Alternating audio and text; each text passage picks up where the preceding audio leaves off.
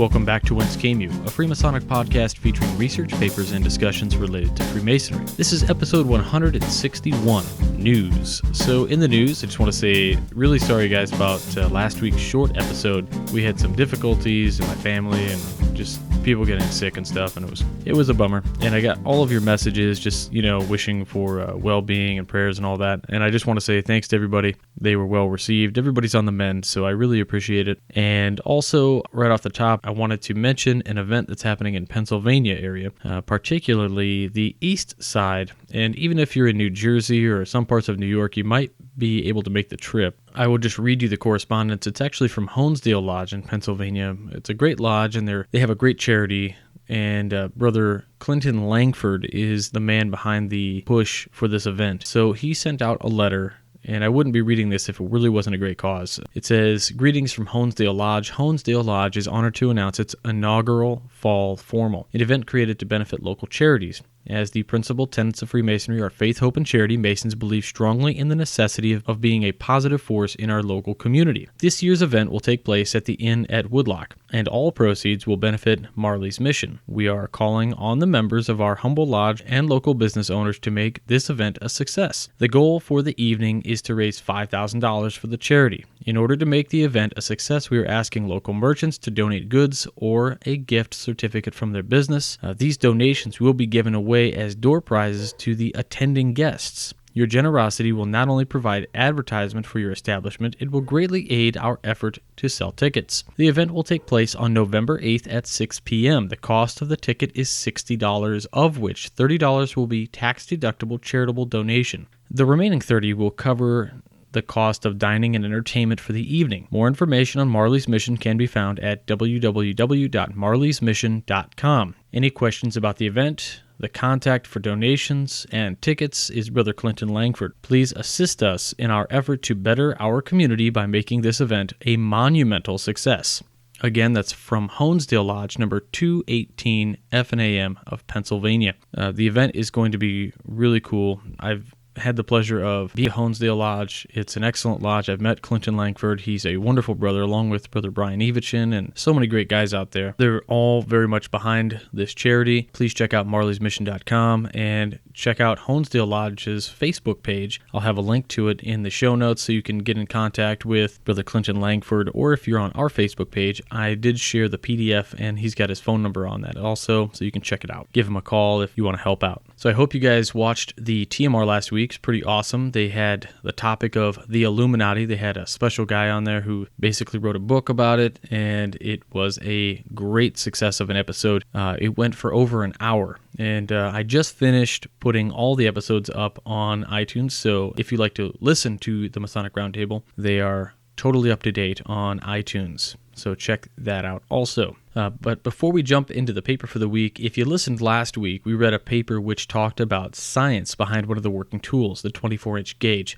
and we likened it to the circadian rhythm, which is your body's biological clock, a blending of sorts. It got me thinking about other working tools and the possible scientific or implications that it could present. So, like the compasses, these are supposed to keep us from acting outside of our influences. Sometimes it's said to keep us minding our own business, stay away from those things which might take away from our human journey, or that could corrupt us. But also, the compass is a tool used for direction. Perhaps there is something there as well. I'm kind of looking at all of the working tools in this way now, whether we can blend them within science and find a deeper meaning in those working tools also. So again, the 24-inch gauge was likened to the circadian rhythm, and I'm talking about the compasses. So within the compasses, could the compasses also be a sort of depiction of the idea of the mind's ability to control our actions? It is a drawing compass, not necessarily a directional one, although it can be used for navigation. So this perhaps allows you to draw your own circle or sphere of influence. In our bodies, it may be the equivalent to perhaps the part of the brain called the lateral habenula,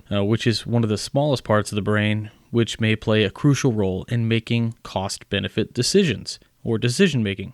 Anyway, I think if we'll look at some of these different working tools over the next few weeks and see if we can bring them together, marry them up with a scientific explanation, maybe the human biological connection to these working tools, and just very candid.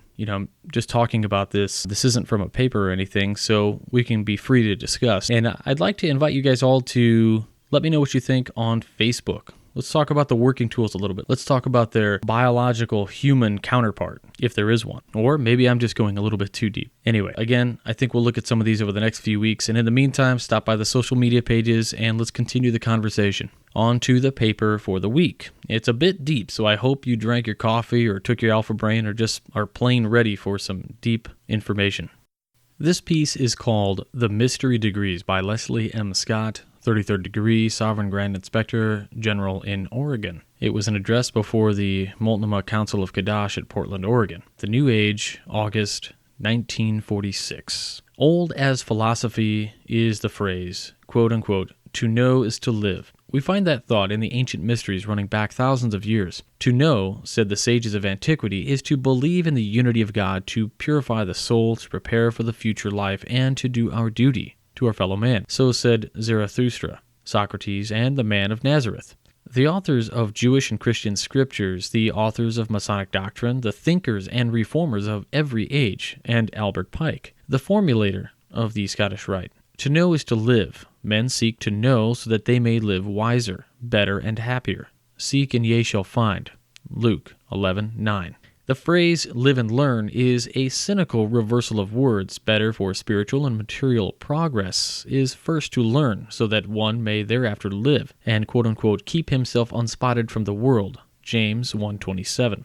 The ancients practiced a moral science which the Greeks 2,500 years ago called mysteries. The word generically meant to close the eyes and mouth, to hide. The hidden things inspired the Apostle Paul, who was versed in the mysteries, to say, quote-unquote, for the things which are seen are temporal, but the things that are not seen are eternal. 2 Corinthians 4:18. The science seems to have originated in India and to have spread to Ethiopia, Egypt, Phoenicia, Greece, Persia, Assyria, Rome, Britain, and Scandinavia. It consisted originally of secret religious rites. The Egyptians made much of them and attached legends to their supreme gods Osiris, the father, Horus, the son, and Isis, the spirit. These legends were imitated in the religious and philosophical lore of the peoples of antiquity, including the Goths and Scandinavians of northern Europe and the Druids of Britain. The early Christians used them in their sacramental rites, especially as to the Eucharistic elements of Christ, the communion, and the exclusion of strangers and persecutors. Says Albert Pike, quote, originally the mysteries were meant to be the beginning of a new life of reason and virtue. The initiated or esoteric companions were taught the doctrine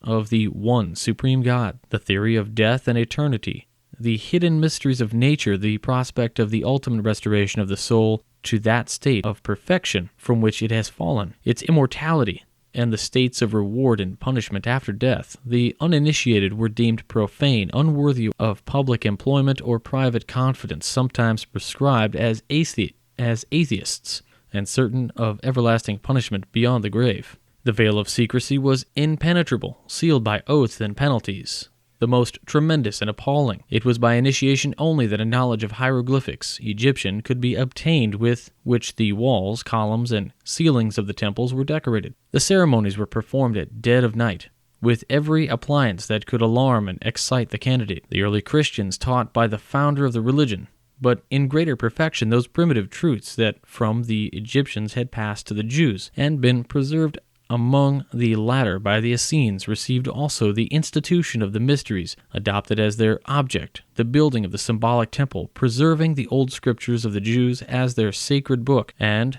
as the fundamental law, which furnished the new veil of initiation with the Hebraic words and formulas that, corrupted and disfigured by time and ignorance, appear in many of our degrees. The formula which the primitive Christian church pronounced at the moment of celebrating its mysteries was this: depart ye profane, let the catechumens, or neophytes, and those who have not been admitted or initiated go forth. End quote.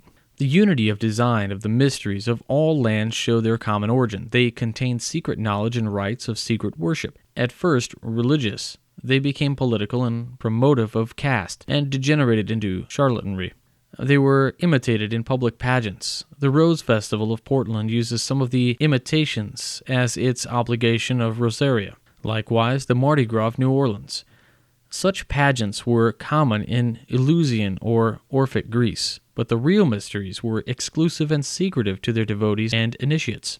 The obligations and penalties were solemn and harrowing. The rites contained not only moral precepts and doctrines of deity, the soul, and future life, but also knowledge of astronomy, the harmonious and regular procession of the stars and the seasons, and the procession of numbers in mathematics. They taught lessons of life, death, and afterlife. They were funeral, heroic, dramatic, as in our mysteries of Hiram. To the Egyptians, Hiram was Osiris, to the Persians, Mithras, to the Greeks, Dionysus, to the Christians, the man of Nazareth. Hiram is Kuram, Hebrew, meaning noble-born, higher type of humanity, quote, exemplar of what man may and should become in the course of ages, gifted with a glorious intellect, a noble soul, a fine organization, and a perfectly balanced moral being.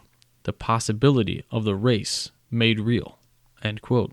Cicero said that the mysteries, quote, for a wild and ferocious life, they have substituted humanity and urbanity of manners. It is with good reason they use the term initiation, for it is through them that we in reality have learned the first principles of life, and they not only teach us to live in a manner more consoling and agreeable, but they soften the pains of death by the hope of a better life hereafter, end quote. Plato, 400 BC, said that the object was to reestablish the soul in its primitive purity. The Roman philosopher 500 years later, Epictetus, to uphold the quote-unquote instruction of man and the correction of morals. Aristotle said the mysteries were the most valuable of all religious institutions. Socrates, that they brought to the dying the most glorious hopes for eternity. The mysteries were practiced in Rome until 400 AD, in Athens until 700 AD, in Wales and Scotland until 1100 AD. They contained conceptions that have deeply affected the religious history of the world. In Greece, they were given in 4 stages. 1. Preliminary purification. 2. Communication of mystic knowledge. 3. Revelation of holy things. And 4. Crowning of the mystic as a privileged person. The Homeric poems, 800 BC, speak of the comfort brought to the afflicted. Modern Catholics are said to receive similar consolation from the elevation of the host at Mass, which is imitative of the mysteries. The early Christians adopted the Mass of Mithras, of the Persian mysteries, and thence took their sacraments and their rites of confirmation. The priests of Mithras used confession and baptism and promised future life of happiness or misery. They celebrated the oblation of bread, image of resurrection, and gave extreme unction. Pythagoras, 500 BC, had 3 mystery degrees for which a preparation of 5 years of abstinence and silence was required. He was familiar with the mysteries of Egypt. He taught mathematics as an evidence of God and his laws, grammar, rhetoric, and logic to improve the reasoning powers, and geometry, music, and astronomy for useful knowledge. He taught also the omnipotence of God, the immortality of the soul, truthfulness, silence, temperance, fortitude, prudence, justice, and abstinence from vice. Particularly, we owe the fellowcraft instructions to Pythagoras. Plato elaborated the Pythagorean doctrines 100 years later. The Masonic fraternity is the modern repository of the mysteries. As used by us, they are shorn of mysticism and superstition and retentive of spiritual and moral values and doctrines of divine unity and harmony and future life of the soul. Mankind has made little or no progress in spiritual and moral excellence in thousands of years, nor in expression. The Golden Rule seems as distant and ideal as when pronounced by the founders of Christianity and Confucianism in 500 BC. Masonry does not specify the type of future life nor the dogma of doctrine that is to be followed. Blue Lodge Masonry pledges belief in a future life, but not in immortal life. Scottish Rite Masonry holds the soul to be immortal, but does not postulate the soul's mode of existence hereafter. Some of our degrees are likened to degrees of the ancient mysteries. That is to say, our degrees in their ritual use the ancient teachings and symbolisms and ceremonials. Other degrees of our series follow the philosophy of the ancient mysteries. We use Hebrew symbolisms and discipline, the Druze combination of Hebrew, Mohammedan, and Christian. And the Christian symbolism for Masonry is a faith universal, sharing the beliefs that are common to all great religions, of God, future life, earthly duty, and personal rectitude.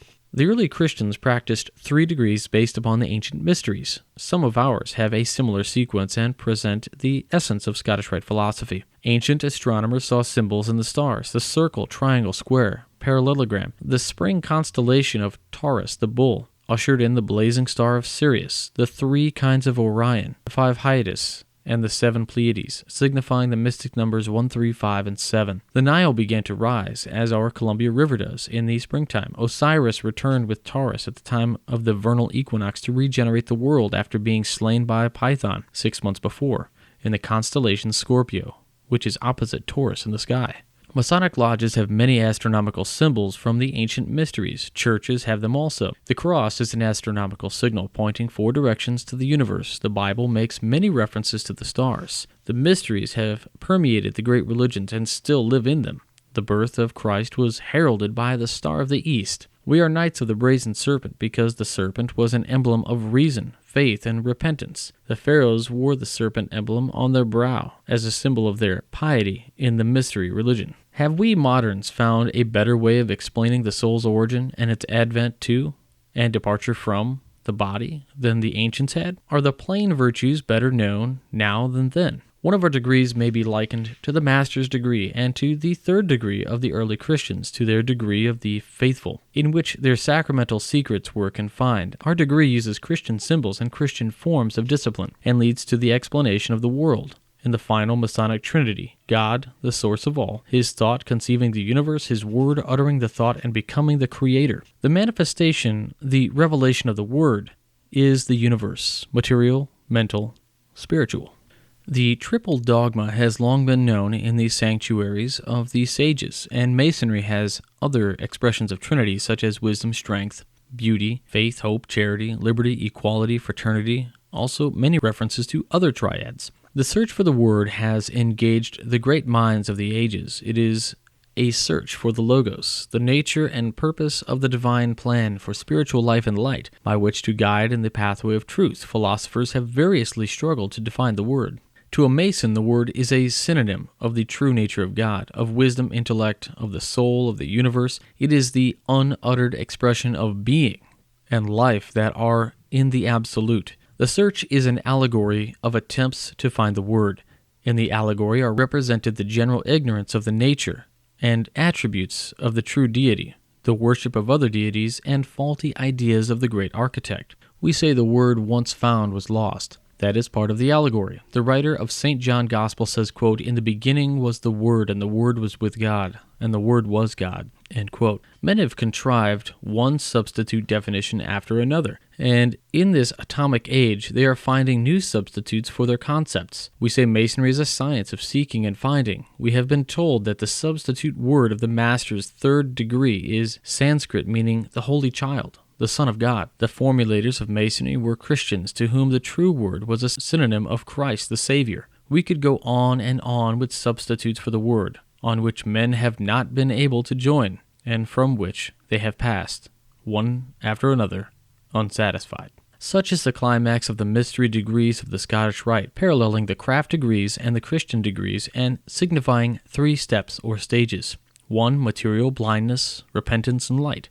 2. Intellectual sympathy, justice, gratitude, veneration, geometry, rule of harmony. And 3. Spiritual, rebirth, death, resurrection, faith, the new law, love, yea, one another. Masonry holds that justice and beneficence are divine attributes, shared by imperfect man. Evil, pain, and sorrow are paths of the divine harmony to be balanced according to the divine plan, and not by human creed or doctrine. Says Albert Pike, quote, "Masonry inculcates its old doctrine, that God is one, that His thought, uttered in His word, created the universe and preserves it by those eternal laws which are the expression of that thought, that the soul of man, breathed into him by God, is immortal as his thoughts are, that he is free to do evil or to choose good, responsible for his acts, punishable for his sins, that all evil and wrong and suffering are but temporary, the discords of one great harmony, and that in His good time they will lead by infinite modulations to the great harmonic final chord and cadence of truth, love, peace, and happiness that will ring forever and ever under the arches of heaven among all the spheres of the world. stars and worlds, and in all souls of men and angels." End quote. This is the Masonic Creed expressed in these 4 degrees. Quote, "Believe in God's infinite benevolence, wisdom, and justice. Hope for the final triumph of good over evil and the perfect harmony as the final result of all the concords and discords of the universe, and be charitable as God is toward the unfaith, the errors, the follies, and the faults of men, for all make one great brotherhood." End quote. And by revealing light of initiation, learn, know, live. All right, wild stuff. I know some of it got pretty deep. Some of you may be listening thinking it didn't go deep enough. Well, that is where we always have to say, we've given you the tools. It's time for you to keep digging deeper. So now comes the point in the show. We're going to ask you to support the show, either one of many ways. First and foremost, we have our applications available for Windows 8, available for your Apple device, and also on your Droid. What the app does essentially is allows you to listen to the show streaming, or you can download it and just have it on your iPod or your iPhone or your Android tablet or your Windows 8, and you can listen to it without cell signal, or you can mark your favorites. 2 really nice features of the app, actually. What make it different than just subscribing or listening via the web is that through the app, you'll get access to the papers that we read on the show so that you can have them for yourself. You can read them in Lodge. You can use them for education, whatever you want to do with them. But you get access to those via PDF. And also, I try to put in something fun, which is usually a Masonic wallpaper for your mobile device. And it's a picture that is sized appropriately so that you can just save it and then set it as your wallpaper on your phone or your tablet. And you can get those apps if you visit our website, wcypodcast.com. And you can just click on the support the show links, and you'll see all the links for all the things I'm talking about right now, right there. The second way you can help us out is by doing some shopping. So you can check out onnit.com, ONNIT.com, and they make quite a bit of healthy living supplements and workout equipment, all that's all natural. All of it is vegan certified. It's really good stuff, so you don't have to worry. If you're a vegetarian, you can get it. If you're a vegan, you can get it. If you're not a vegan, you can still use it. It's still really all good stuff. I hope you guys check it out. When you check out, please use the promo code WCY at checkout. You'll get 10% off, and they will send a little bit of the percentage of the sale back to this show. The second place you can do some shopping is freemasonryart.com, which is an amazing website for fine art prints, all Masonic kind of stuff, including handmade leather aprons, which are done by Brother Juan Sepulveda of the Winding Stairs podcast, and also he's on the Masonic Roundtable. He's a fine artist by trade. That's what his day job is. He's phenomenal. I would definitely have you go to that website, freemasonryart.com, just to check it out. You'll like what you see. Again, at checkout, please use the promo code WCY. It gets you 10% off, and it helps keep this show on. Another way you can help with this show is through PayPal. You pick the donation amount, whether it's $1, $2, whatever it's going to be, and it sends it right to the show. You pick the amount again, and that's it. So when you make those donations, it just goes right into an account that helps keep this show going and keeps all the past episodes available for all time. Again, many thanks to Brother David and Brother Steve Harrison for your continued donations. They make this show possible, literally. And we have one other thing I'd like to mention is that we ran a promotion with Brother Tech, who had a book out called A Christian's Perspective on Masonic Symbols. And I want to say a special thanks to Brother Tech, who helped us out with a large donation to the show through his book, A Christian's Perspective on Masonic Symbols. He actually gave $1 to us for every single book that he sold for a period of time. So just a special thanks to him and to whoever went out and bought that book. I really appreciate it. If you haven't read that book, I would suggest you go and you get it now. It's a $3 book. It's an ebook. It's phenomenal, especially for the Christian Mason. I think you'll really enjoy it. And another special thanks to Brother Stephen L. Harrison, illustrious Brother Stephen Harrison, who wrote another great book called Tales from the Craft. And I'm about halfway done with it. It's an amazing book. If you like neat little short stories about Masonry and just wild things that have happened within the craft, check that book out. I think you'll really enjoy it. It's called Tales from the Craft by Stephen Harrison. It's an ebook. It's only, I think it's $3 on Amazon. And again, he is also donating $1 from each sale to Whence, and I am taking the donations and I am splitting them 50-50 with the Masonic Roundtable so that we can help fund that show as well. So check those things out. And next up is our famous Freemason of the week. This week's famous Freemason is Lionel Leo Hampton, born April 20th, 1908, and he passed away August 31st in 2002. He was an American jazz vibraphonist, pianist, percussionist, band leader, and actor. Hampton was the first jazz vibraphone player. Hampton ranks among the greatest names in jazz history, having worked with a who's who of jazz musicians, from Louis Armstrong, Benny Goodman, Buddy Rich, Charlie Parker, Charles Mingus, and Quincy Jones. And in 1992, he was inducted into the Alabama Jazz Hall of Fame. During the 1950s, he had a strong interest in Judaism and raised money for Israel. In 1953, he composed a King David suite and performed it in Israel with the Boston Pops Orchestra. Later in life, Hampton became a Christian Scientist. Hampton was a 33rd degree Prince Hall Freemason in New York. Also, in January of 1997, his apartment caught fire and destroyed his awards and belongings. Hampton escaped uninjured. Lionel Hampton died from congestive heart failure at Mount Sinai Hospital in New York on August 31st, 2002. He was interred at the Woodlawn Cemetery, Bronx, New York. His funeral was held on September 7, 2002, and featured performances by Wynton Marsalis and David Ostwald's Gully Low Jazz Band at Riverside Church in Manhattan. The procession began at the Cotton Club in Harlem. That's it for this week. Please find us on Facebook and follow us on Twitter at Whence. Check us out on Google+, also at the email address wcypodcast@gmail.com. Check out all our links on wcypodcast.com, and I'll talk to you all next week. Stay on the level. For Whence, I'm Robert Johnson.